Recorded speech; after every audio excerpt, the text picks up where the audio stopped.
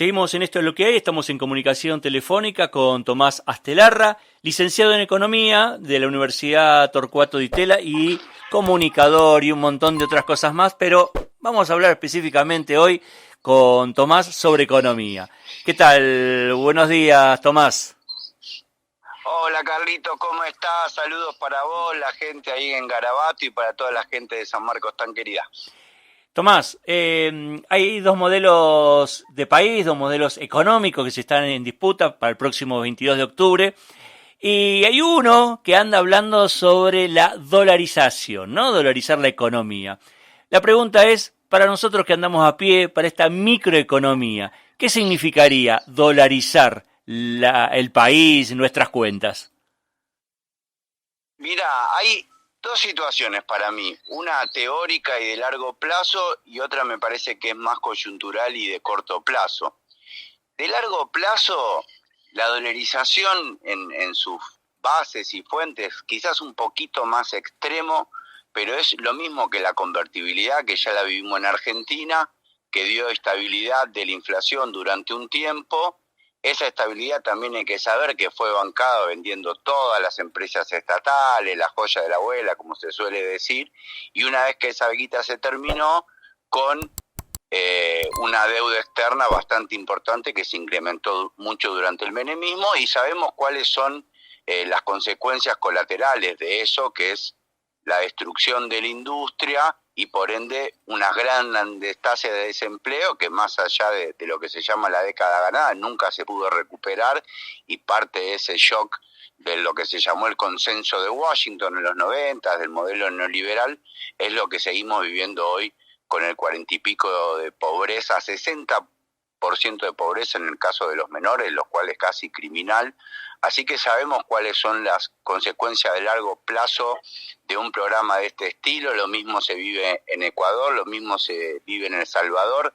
Les recomiendo mucho la última columna de Ecos de Nuestra América en la Luna con Gatillo, que está haciendo la compañera periodista Nicole Martín, donde cuesta en detalle cómo fue la dolarización en El Salvador, que por ahí hay mucho material de las consecuencias de la dolarización en Ecuador, pero no en El Salvador, ¿no? Donde además eso fue la base de la pobreza, el desencanto, la violencia, que llevó a que hoy esté Nayib Bukele como presidente con un modelo de represión realmente funesto, porque todo este plan de saqueo económico obviamente que solo puede sostenerse con represión.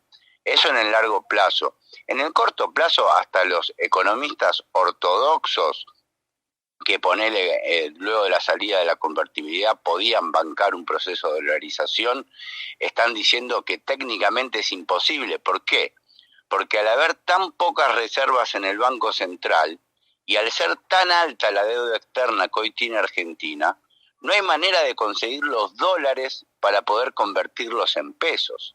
Entonces, si vos no tenés suficientes dólares para convertir en pesos, por algo hay un cepo cambiario, no es porque al gobierno le guste tener 20.000 tipos de cambios, sino porque no existen dólares en la economía, entre otras cosas por la fuga de capitales y la fuga de los 45.000 millones de dólares que prestó el FMI a la Argentina de Macri y que se fueron en lavado de dinero y no en mejoras o en soluciones para el déficit fiscal. Lo que sucede es que evidentemente el precio del dólar tiene que ser muchísimo más alto del que hay para que puedas cambiar los poquitos dólares que hay en pesos. Por eso es que Milei dice que para que él pueda hacer la dolarización tiene que subir muchísimo el precio del dólar libre, el dólar blue, el contado con liqui y todas esas cosas que tenemos. ¿Y qué es lo que sucede con eso? Que también hay un efecto de que suba mucho el dólar, que es un efecto que también quieren los grandes grupos financieros, las multinacionales, extractivistas, que es reducir el precio del salario de Argentina, porque es muy fácil venir a invertir en Argentina si el precio del trabajo es casi igual a cero. Entonces la consecuencia inmediata de la dolarización es la caída brutal del precio real del trabajo, ¿no? Del salario real, que ya viene cayendo brutalmente, casi a la mitad desde el gobierno de Macri, pero esto haría que cayera a un cuarto o mucho menos, ¿no? Lo cual sería realmente para la gente catastrófico, porque ponele que solucione la inflación, pero vamos a tener menos guita. Entonces realmente no es una solución ni en el largo plazo ni en el corto plazo. En el largo plazo por ahí se puede discutir si genera una estabilidad y esa estabilidad permite generar otras políticas, cosa que no sucedió durante el menemismo, pero en el corto plazo, ya te digo, hasta los economistas más ortodoxos dicen que es imposible de hacer técnicamente, no es una cuestión de ideología.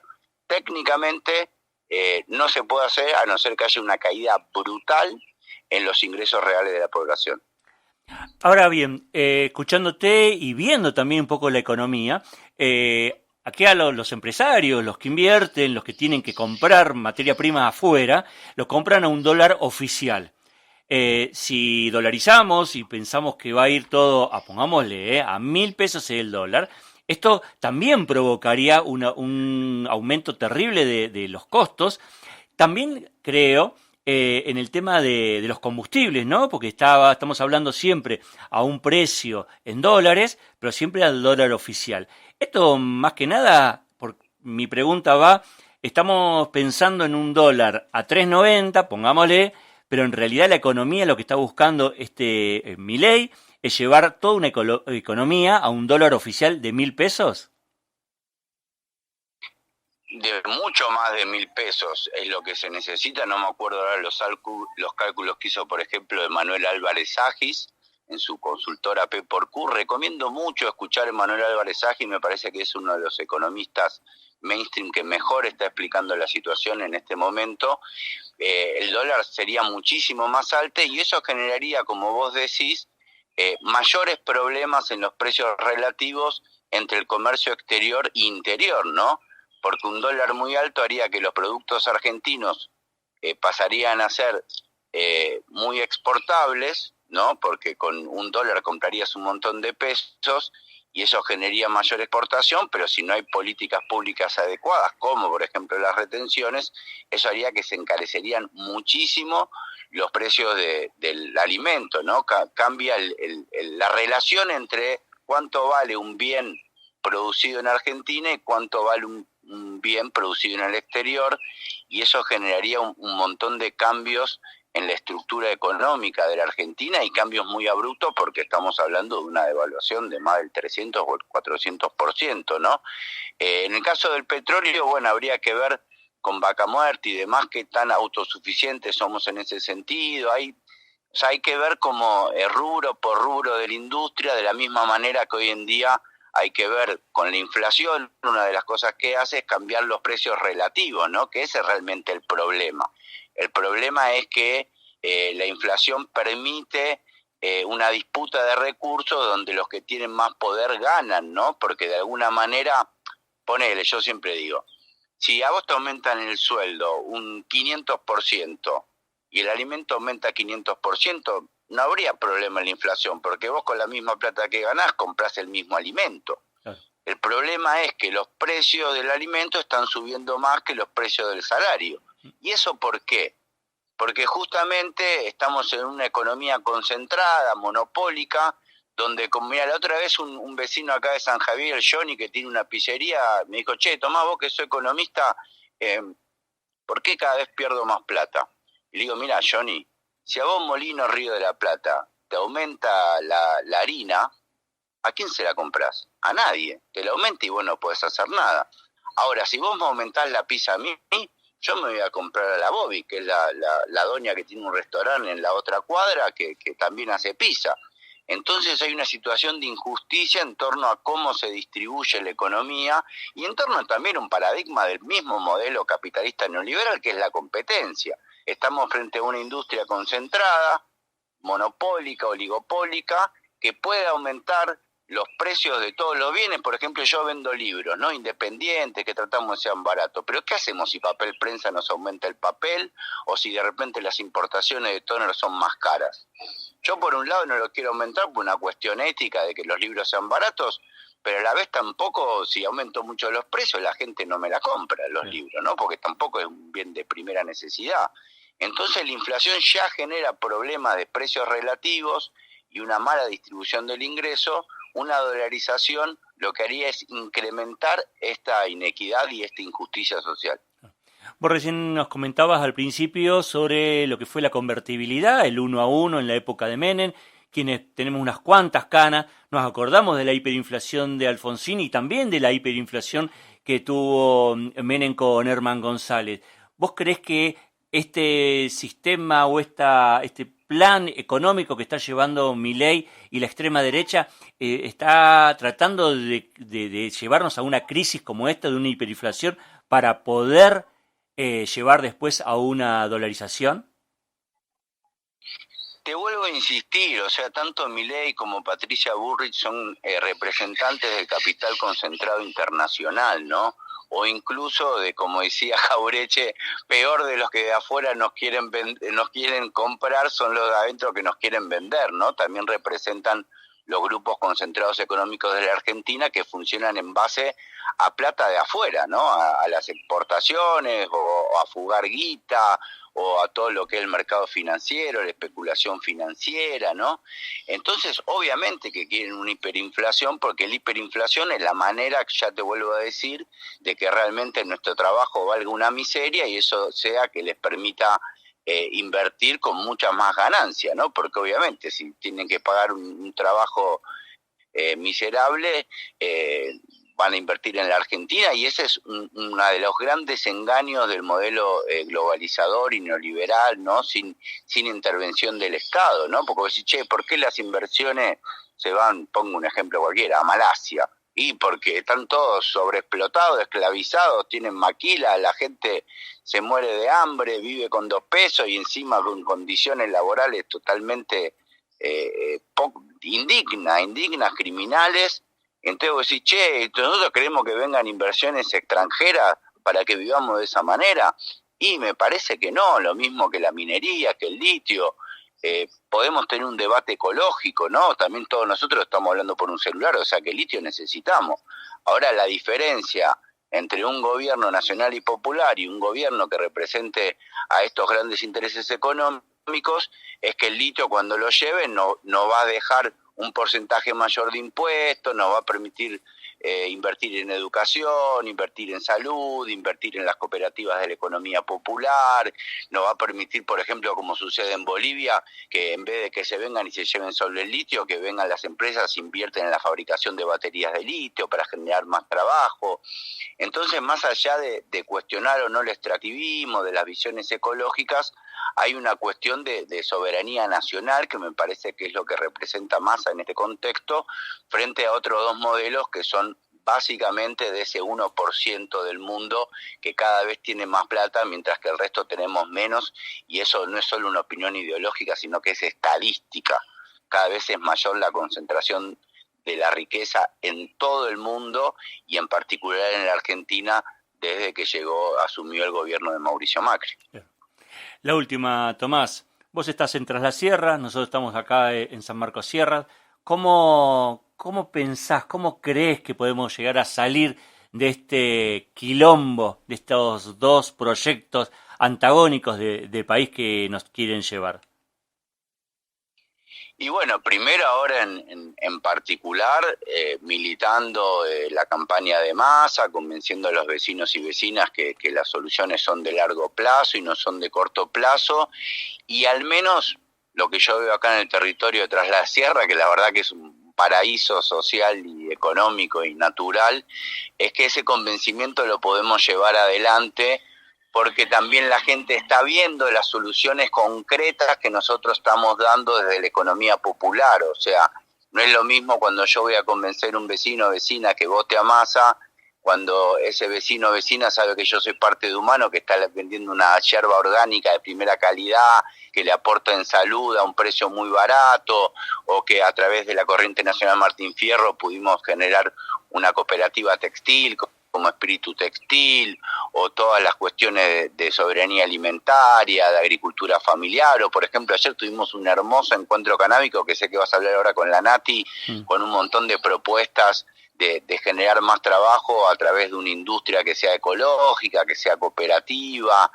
Entonces, en el primer caso es poder relacionar eso, que por ahí con la candidatura de Juan Grabois era mucho más fácil de relacionar y era mucho más entusiasmante para nosotras poder militar esa candidatura, pero bueno, ahora siendo la opción Massa, con todas las dudas que, vamos a ser sinceros, nos genera la candidatura de Sergio Massa, pero hoy la verdad que es la persona con la que nosotros sabemos que más se va a resguardar la soberanía nacional y con la que mejor vamos a poder negociar, llevar adelante proyectos de desarrollo humano integral, proyectos de desarrollo humano a escala humana, como dice Manfred Magnif, y de alguna forma, como dice Raúl Sibeki, en este mundo de crisis civilizatoria, lo que él llama arcas de Noé, ¿no? Pequeños proyectos que empiezan a cambiar no solo la economía de las familias, sino también la conciencia sobre el cuidado de la casa común, y en algo que, mira, Carlitos, yo últimamente que trabajo en muchas cooperativas y asesoro otras tantas, estoy alucinado de cómo hoy las cooperativas y los pequeños emprendimientos familiares, aún privados, los emprendimientos de la economía popular, hoy están pagando mejor que muchas industrias esclavizantes que producen veneno, con maltrato de la mujer, con menos salario para las mujeres. La otra vez teníamos una discusión en una con Gatillo de cuánto estamos ganando, que obviamente es una miseria por la situación macroeconómica, pero nos fuimos a fijar según el CISPREVA, ¿no? Según el CISPREM, perdón, cuánto ganaba un redactor de... me sale la mañana de Córdoba, pero no, de La Voz del Interior, ¿no? ¿Cuánto ganaba por estatuto del sindicato un redactor de La Voz del Interior, con todo lo que sabemos que un periodista de La Voz del Interior tiene en términos de cumplir un horario, de escribir cosas que no le gustan, de un montón de situaciones muy indignas para un laburante? Y hoy en La Luna con Gatillo estamos ganando mejor sueldo ahora que un redactor base de La Voz del Interior. Lo mismo me decía un compañero en Mendoza, el Eduardo Latino, que está en medios populares. Lo mismo me sucede en las cooperativas de construcción. Lo mismo me sucede en Coriquente, que es acá una pequeña empresa familiar de cosmética natural. Hoy muchos emprendimientos de la economía popular en una Argentina donde la mitad de los laburantes, no te digo informales, la mitad de los laburantes con salario formal están por debajo del límite de la pobreza. Entonces realmente es fomentar estos emprendimientos de la agricultura familiar, de la economía popular, que además de ser dignos, además de generar un cuidado de la casa común, hoy estamos ganando más plata, por más que, bueno, cualquier salario en la Argentina es indigno. Entonces apostar por estos emprendimientos y en estas semanas que nos quedan, y ojalá si más entra el balotaje en los meses que nos quedan, militar la campaña de Sergio Massa, porque realmente nada de esto vamos a poder hacer si no se mantiene un gobierno, más allá de las críticas y los disgustos que nos ha dado el actual gobierno nacional y popular.